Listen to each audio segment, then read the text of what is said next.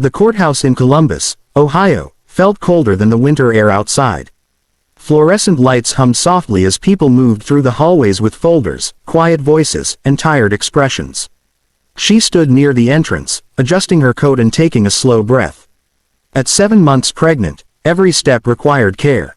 Her hand rested naturally on her belly, not as a shield, but as a reminder of why she was here, to close one chapter before another fully began. The divorce papers were neatly organized in her purse, each page reviewed countless times during sleepless nights. She had practiced this moment in her mind, telling herself to stay calm, to keep emotions in check. This was just a formality now. Months had passed since they last spoke, months filled with doctor visits, budgeting, and learning how to be strong alone in a country that still felt new sometimes. America had promised opportunity, but it also demanded resilience. He was already inside the courtroom when she entered. He looked thinner, older somehow, like life had been heavier on him too. When he raised his eyes and saw her, his body stiffened. His gaze dropped instinctively, then snapped back up, confusion spreading across his face. It took a second, maybe two, before realization hit him. His eyes widened, breath catching in his throat. 7 months. There was no mistaking it. She noticed the change immediately. Not anger, not resentment, shock. The judge began speaking, voice neutral and practiced, asking them to confirm names, dates, intentions. She answered when it was her turn, voice steady despite the pounding of her heart.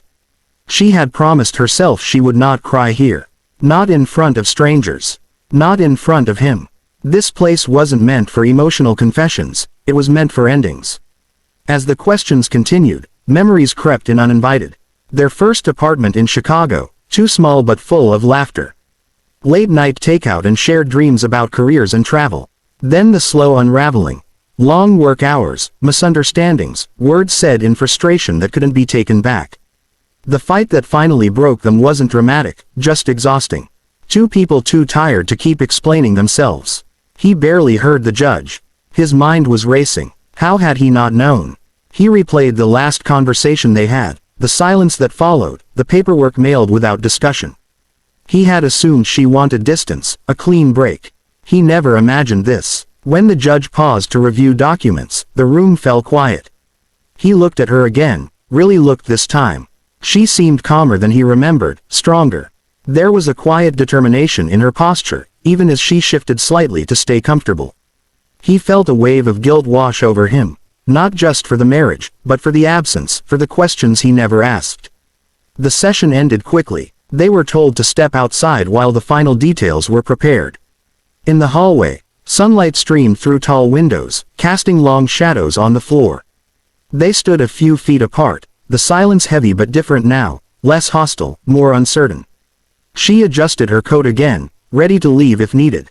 He opened his mouth, then closed it, unsure where to begin. For the first time since the divorce process started, neither of them felt certain this was just an ending. Something had shifted, quietly but unmistakably, the moment he realized the truth.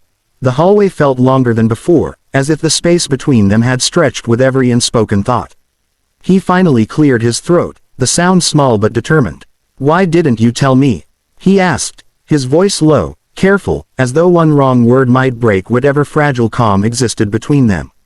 She didn't answer right away. Instead, she looked out the window at the courthouse steps below, watching people hurry past with their own problems and deadlines. Then she turned back to him.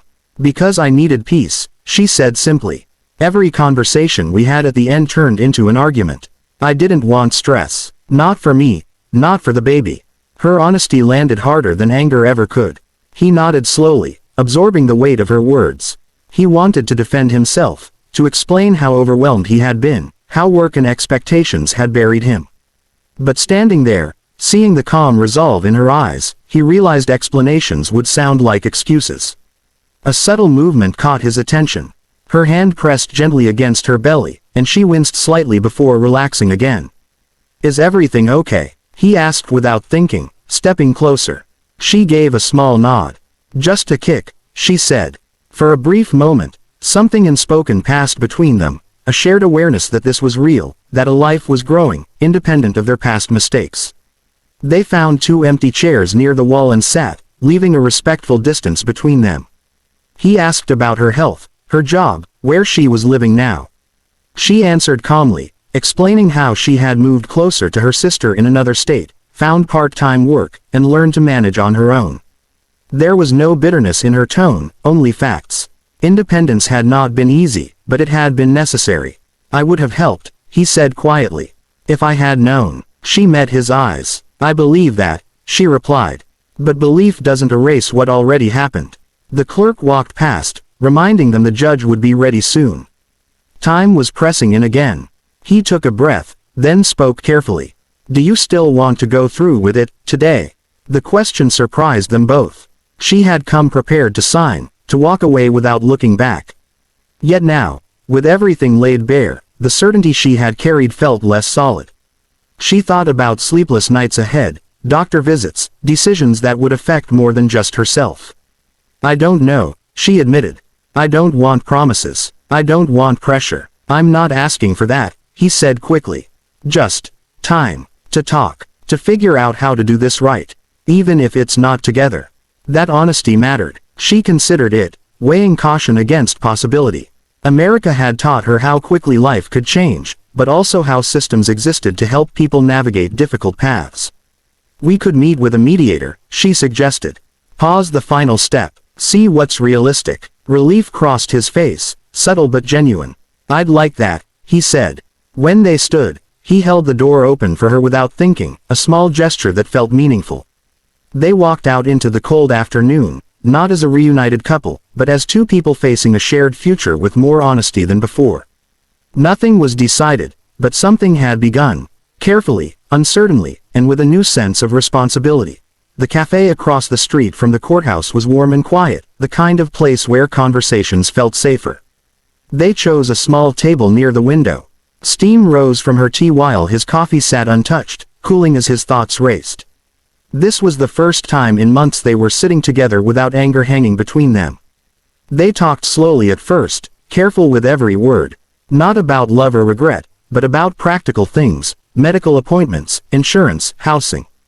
He asked questions and listened, truly listened, instead of trying to fix everything at once.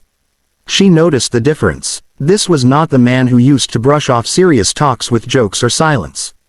This version seemed more grounded, more aware of what was at stake. I don't expect us to be the same, she said finally. Too much has happened. I know, he replied. I'm not trying to go backward. I'm trying to do better going forward.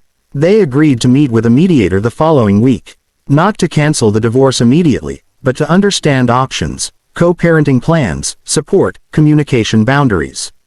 It felt strange discussing such adult responsibilities in a cafe filled with college students and office workers, but life rarely waited for perfect timing. Over the next few days, messages replaced silence. Short check-ins, appointment reminders. He offered to attend the next doctor visit if she was comfortable. She said yes, surprising herself. Trust wasn't restored, but a bridge was forming, plank by careful plank.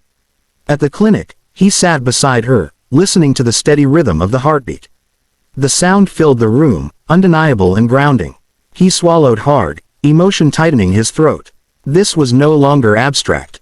This was real, living, and dependent on their choices. Weeks passed. The mediator meetings were honest, sometimes uncomfortable. Old frustrations surfaced, but this time they didn't run from them. They learned how to speak without blaming, how to pause instead of react. Some sessions ended in silence, others in cautious understanding. Progress wasn't dramatic, but it was steady. One evening, as they walked slowly through a nearby park, she stopped to rest on a bench. The sky glowed orange as the sun dipped low. I'm still scared, she admitted.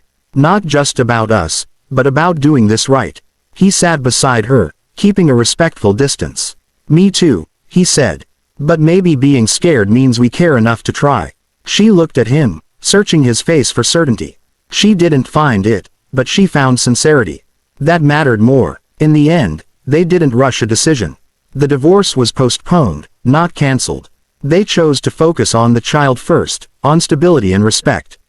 Whether their future held reconciliation or simply cooperation remained uncertain. As she stood to leave, he offered his arm, and she accepted. The path ahead was unclear, but it was no longer lonely.